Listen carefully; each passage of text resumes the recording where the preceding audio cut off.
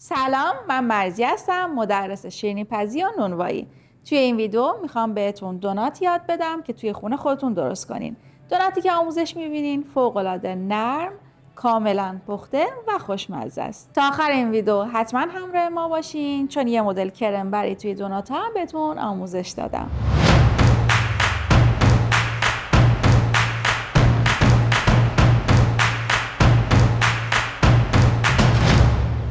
برای درست کردن دونات ما نیاز داریم که آرد رو توی میکسر بریزیم. این خمیر رو میتونید که با دست هم بگیرین، ولی دیگه چون آدم خسته میشه بهتره که با میکسر، اگر میکسر دارین با میکسر کار کنین. خیلی خمیر سختی نیست، میتونین که در واقع با دستتون همین خمیر رو بگیرین.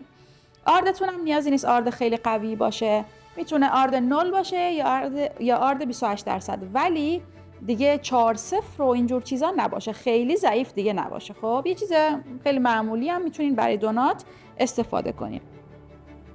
شکر و نمک رو میریزم. من اینجا 500 گرم آرد دارم، 7 گرم نمک، 8 گرم شکر، 60 گرم کره که من میریزم روی همون آردم.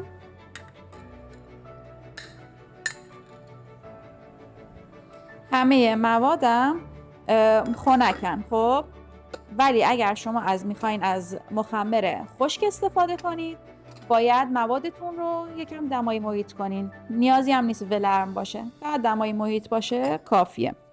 و من 2 تا تخم مرغ میریزم مستقیم روی آرد. وقتی با میکسر میخواین کار کنین همه اینا رو میتونین که همینجوری بریزین. روی تخم مرغم وانیل میریزم یه مقدار،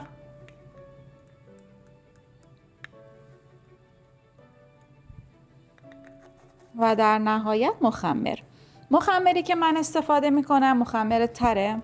مخمر تر فعالتر، فوریتر کار انجام میده، ولی خب معمولا در دسترس نیستن چون قراره کلا کارتونی فروخته میشن. توی نونوایی یا نون فانتزی ها اینا مخمر دارن، مخمر تر دارن، ولی توی قنادی ها ممکنه که تقسیم نکنن، نیم کیلویی بفروشن و جعبه کامل رو میفروشن، کارتون کامل رو میفروشن. من الان چون از مغازه داشتم آوردم مخمر تر استفاده میکنم، ولی شما میتونید از مخمر خشک هم استفاده کنین، همون چیزی که توی همه لوازم قنادی ها هست و مستقیما به آردتون اضافه میشه. گفتم اگر که از مخمر تر استفاده میکنین میتونین که موادتون خنک باشه بهتره. اگر که از خشک استفاده میکنین دمای محیط باشه. این مخمرها مخمر فوری هستن، چه خشک باشه چه تر باشه. خب یعنی نیازی به عمل آوری ندارن. اون روش قدیمی که شما آب ولرم یا شیر ولرم روش میریختین برای مخمرهایی بود که غیر فعال بودن، دونه‌هاش درشتره و غیر فعال بودن و نیاز بود اول فعال بشن بعد وارد آردمون حالا یا خمیرمون بشن. ولی مخمرایی که الان در دسترسن توی لوازم قنادی ها همشون فوری هن. یعنی اینکه نیازی نیست شما اصلا اونو فعال کنید. همین که داخل خمیر بریزین و دماش مناسب باشه براش کافیه و عمل میاد. اگر بخوایم اول توی آب ولرم بریزیم و بعد اضافه کنیم، این یعنی که ما یه بار اونو فعال کردیم، یعنی یه بار اونو بیدار کردیم و شروع کردن به تغذیه کردن و کامل شدن و مردن، و بعد که اضافهش میکنیم به خمیرمون، به نونمون، اون دیگه هیچ پفی نداره و پفش کمتر میشه، عملکردشون ضعیفتر میشه. پس اصلا نیازی نیست و مستقیما توی همین آرد اضافه میکنیم. و در نهایت من نصف بیشتر مایعاتم رو، حالا چه میخواین آب استفاده کنین چه شیر، که برای دونات قطعا شیر بهتره چون اصل دونات به اینه که یه طعم چرب و نرم داشته باشه. این کره، تخم مرغ، شیر، همه اینا باعث میشن که دونات شما نرمتر و خوشخوراکتر بشن. من نصف بیشتر شیر رو هم میریزم، همه رو نمیریزم، ممکنه نیاز نباشه و نگه میدارم. این وسایلم رو جمع میکنم و میام شروع میکنم به زدن خمیرم. برای این خمیر من از سری خمیرگیر میکسرم استفاده کردم. اگر شما میبینین که سری خمیرگیرتون خمیر رو خوب درگیر نمیکنه و ورز نمیده، میتونین از سری پدل استفاده کنید. اون هم میتونه که خمیر شما رو ورز بده. خمیر دونات ذاتاً باید یکم نرم باشه و سفت نباشه. من شروع میکنم در حین زدن اگر که نیاز بود مایعات بیشتری اضافه میکنم. در مرحله اول من با دور کند میزنم که موادم کاملا ترکیب بشه. وقتی دیدم شکر و نمک کاملا پخش شده، مخمر پخش شده، تخم مرغ و کره با آردم ترکیب شده و داره منسجم میشه، حالا اون موقع میتونم 1-2 درجه ببرم بالاتر سرعت همزنم. ولی همزنه خونگی چون قدرت کافی ندارن، بهتره همون با دور 1 و 2 خمیرتون گرفته شده باشه و حوصله کنین تا به اون خمیر مطلوبی که میخواین برسه. الان حدوداً 1 دقیقه گذشته از اینکه خمیر من داره زده میشه و من میبینم که کف میکسرم آرد جمع شده، یعنی هنوز آرد با مواد دیگه ترکیب نشده که تبدیل به خمیر بشه. پس من بقیه شیر رو اضافه میکنم. باز اگر نیاز داشت دوباره هم میتونم اضافه کنم که یه خمیر لطیف و نرم باشه، ولی مرحله مرحله و با حوصله. یعنی هر چند دقیقه 1 بار چک میکنیم خمیرمون رو، بعد 1-2 قاشق اضافه میکنیم.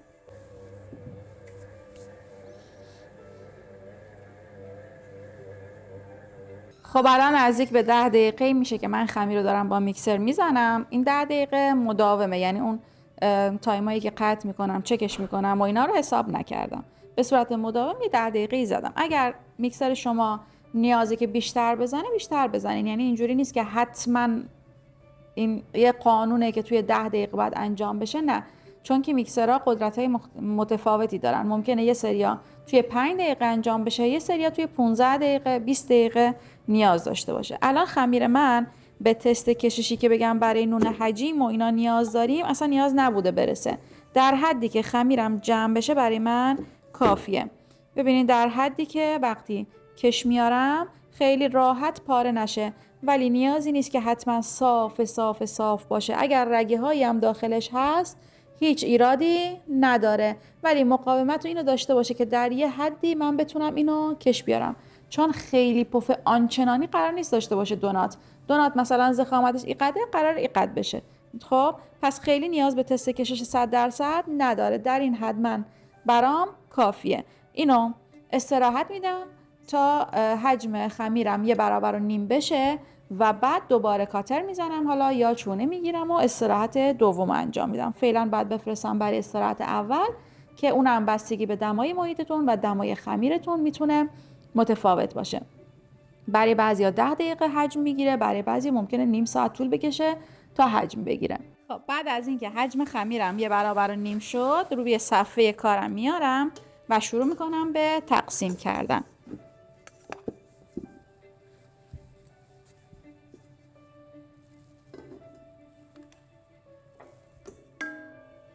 یه ذره باز میکنم هم حباباش گرفته بشه، هم بتونم که جوری تقسیم کنم که سطح دوناتام لایه داشته باشه و لایه روش خراب نشه یا کم نباشه. حالا خمیرم رو به 10 قسمت تقسیم میکنم. با کاردک برش نون خمیر رو به 10 قسمت تقسیم میکنم.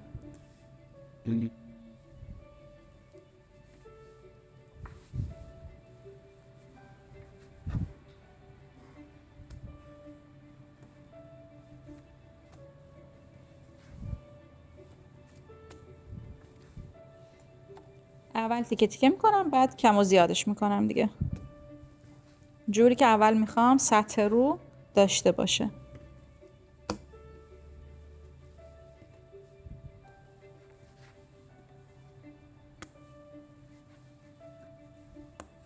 خب 100 گرم چونه میگیرم. به این شکل اول چونه میگیرم میذارم،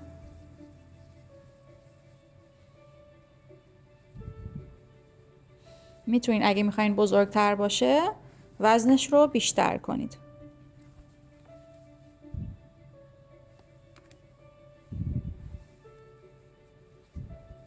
یه راه دیگه ای که وجود داره برای اینکه شما دوناتاتون رو در بیارین اینه که کاملا پهن کنین، نازک که شد کاتر بزنید. اونم میشه، ولی چون خمیر کش میاد من اون راه حل رو برای روش خونگی اوکیه، ولی برای مثلا فروش دونات ترجیح میدم که وزن بشه و همه یک اندازه و یک سایز باشه. برای همین از این روش استفاده میکنم.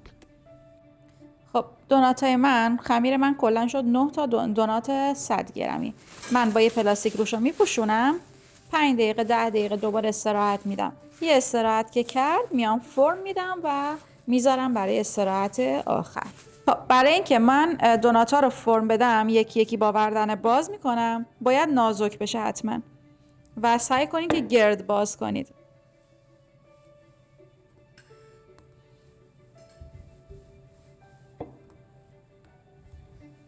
به این حد میرسونم. ببینین به این حد نازکیشو حدوداً 1 سانته فکر میکنم. حالا چند راه دارم. یا میتونم که همینجوری گرد بذارم استراحت کنم، همینجوری سرخ کنم که از این دوناتای گرد در بیاد، یا میتونم بینش رو سوراخ کنم، یا اگر نمیخوام اضافه داشته باشه میتونم سوراخ رو ایجاد کنم خودم. حالا چندین مدل رو با هم کار میکنیم که ببینیم. توی مدل اول با ماسور من وسط دوناتم رو سوراخ میکنم. این روش باعث میشه که پخت بهتری داشته باشه دوناتتون و به همون شکل به سینی منتقل میکنم، یه جایی که زیرش رو کاغذ روغنی یا پلاستیک کشیده باشین. روش بعدی رو با دست سوراخ میکنم که اضافه نداشته باشه. توی این روش که ماسوره میزنیم گلوله‌های این شکلی اضافه میاد. اگر میخواین که این اضافه نباشه با دستتون میتونین که سوراخ کنین دوناتتون رو. الان من اینو روی میز گذاشتم، با انگشت وسطش رو خالی میکنم و بعد برمیدارم و بینش رو به این شکل باز میکنم. به این روش دیگه 100 گرم ازش جدا نمیشه و دوناتاتون همه 100 گرمی میشه، چیزی اضاف نمیاد. ولی به اون روش یه چند گرمش کم میشه. دیدین به همین راحتی. مدل بعد رو میخوام کاملا گرد بذارم. همینجوری بازش میکنم و میذارم، دیگه بینش رو سوراخ نمیکنم. اینم از دوناتامون که به هر شکلی شما بخواید میتونین که کار کنید و من همه رو همینجوری انجام میدم و میذارم توی سینی. بعد از این که من دوناتامو پهن کردم توی سینی باید دوباره بره استراحت تا 2 برابر باشه. حالا اینم دوباره میتونه نیم ساعت طول بکشه، برای بعضیا میتونه نیم ساعت باشه، برای بعضیا میتونه 40 دقیقه باشه. باز بسته به این که حجم بگیره و 2 برابر بشه و شما ببینین که حجم گرفته. حالا یه پلاستیک روش میگیرم. اگر که فکر میکنین از زیر پلاستیکتون هوا رد میشه و خشک میشه میتونین یه پارچه هم روش بگیرین که هوا رد نشه، ولی این پلاستیک مهمه. میخوام که خشک نشه دوناتام. خب برای اینکه من کرم فیلینگ دوناتامو درست کنم کرم پاتیسیه رو انتخاب کردم که خیلی کرم خوشمزه‌ایه. اول من شیر رو میذارم روی شعله که داغ بشه، ولی نمیخوام بجوشه، فقط میخوام گرم بشه که موادم رو باهاش ترکیب کنم. یه ذره وانیل میریزم توی شیر و میذارم گرم بشه. حینی که شیر من داره گرم میشه شکر و زرده های تخم مرغ رو میزنم تا ترکیب بشه با هم دیگه. میتونین با همزن برقی هم این کارو کنین، ولی نیازی نیست. در این حد که ترکیب بشه کافی. یه خورده میزنم، شکر فقط آب بشه. بعد از اینکه شکر یکم ترکیب شد با زرده و رنگش یه ذره روشن‌تر شد، نشاسته رو اضافه میکنم و ترکیب میکنم باهاش.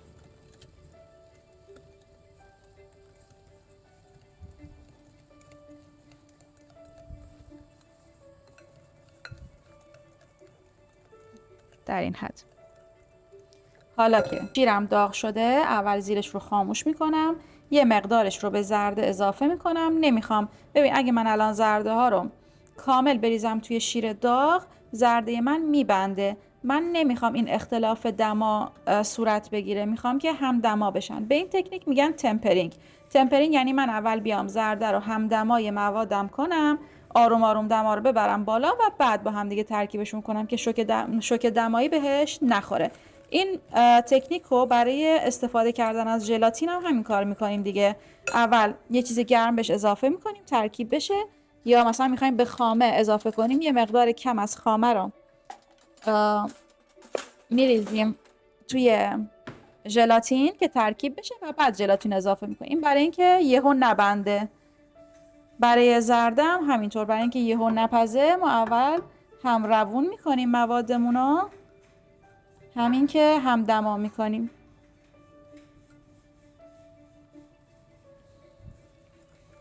به این صورت.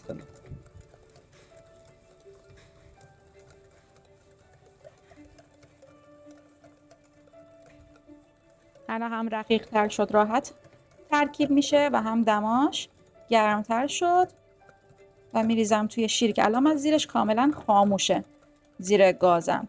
بعد که ترکیبش کردم میتونم روشنش کنم با شعله خیلی کم تا نشاستم از خامی در بیاد و ژلاتینه بشه. الان من مواد زرده رو کاملا اضافه میکنم به شیر و هم میزنم.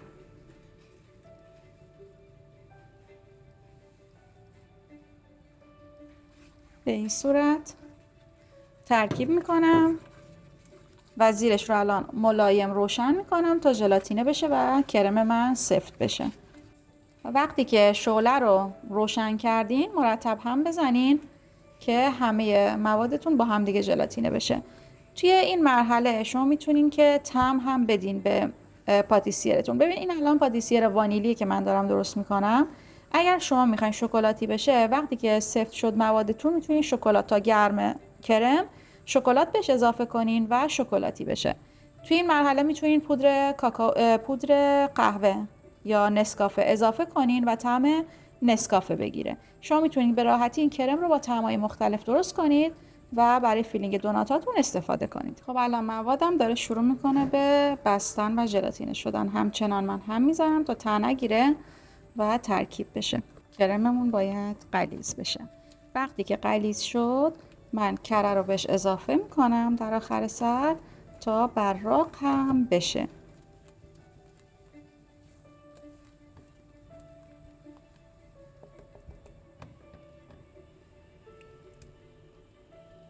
همچنان شعله من هم ملایم هم روشن برای اینکه کرم جا بیفته و خوشمزه بشه.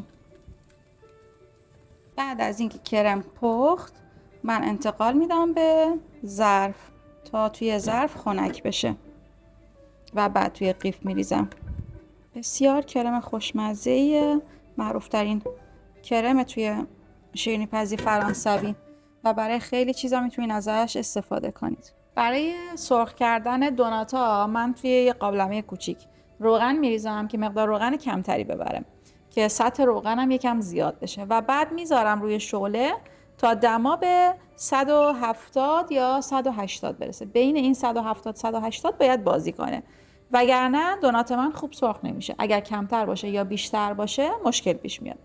پس حتما با دماسنج میله‌ای یا دماسنج لیزری دمای روغنتون رو بگیرین، یا اگر دماسنج اصلا در دسترس ندارین اون تیکه کوچیکایی که اضافه اومده بود رو نگه دارین بندازین توی روغن.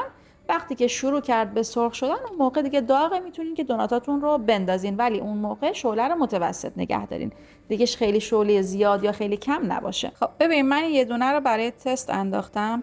الان که داره شروع میکنه به رنگ گرفتن، میبینین الان که داره شروع میکنه به رنگ گرفتن دقیقاً دماش همون دماییه که مورد نظر منه. من با دماسنج گرفتم، ببینین الان دما 173 هست و تازه شروع کرده به رنگ گرفتن. الان دیگه دمای من خوبه. پس من شروع میکنم به سرخ کردن دوناتام. برمیدارم دوناتمو میندازم توی روغن و شروع میکنم روش روغن ریختن.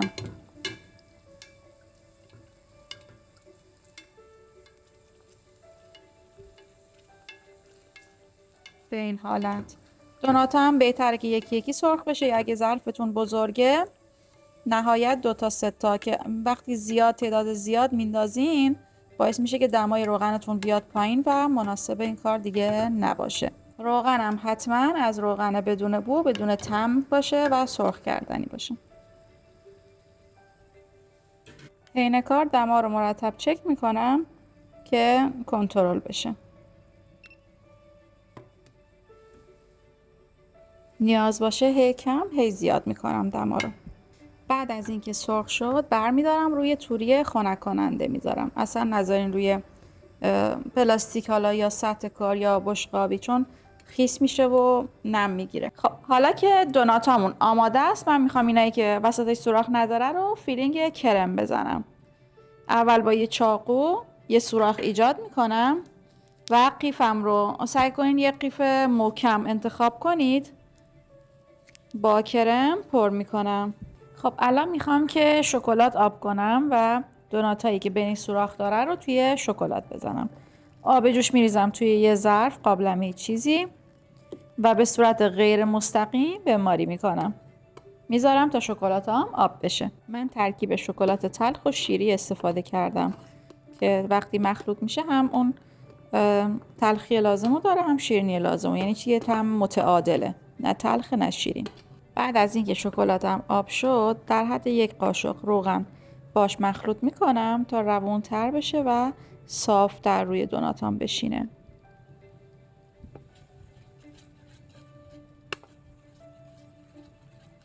حالا دوناتا رو یکی یکی توی شکلات آب شده میزنم و بلند میکنم، میذارم روی سینی تا خشک بشه. حالا با یه رنگ شکلات دیگه که آب شده است یکی یکی دیزاین میکنم.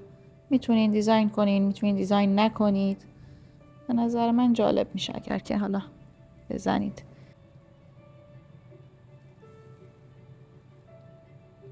اینم از خوشمزه ترین دوناتایی که میتونین درست کنین توی خونه. امیدوارم که خوشتون اومده باشه از ویدیو، لذت برده باشین و براتون کاربردی بوده باشه. حتما نظراتتون رو برام بنویسین که ما بتونیم کارمون رو بهتر کنیم. میشنوم اگر که رسیپی ها رو امتحان کردین حتما نظراتتون رو برامون بفرستین و حتی شده نمونه کاراتون اگر عکس برامون بگیرین خیلی خوشحالمون میکنین. همتون رو به خدای بزرگ میسپارم.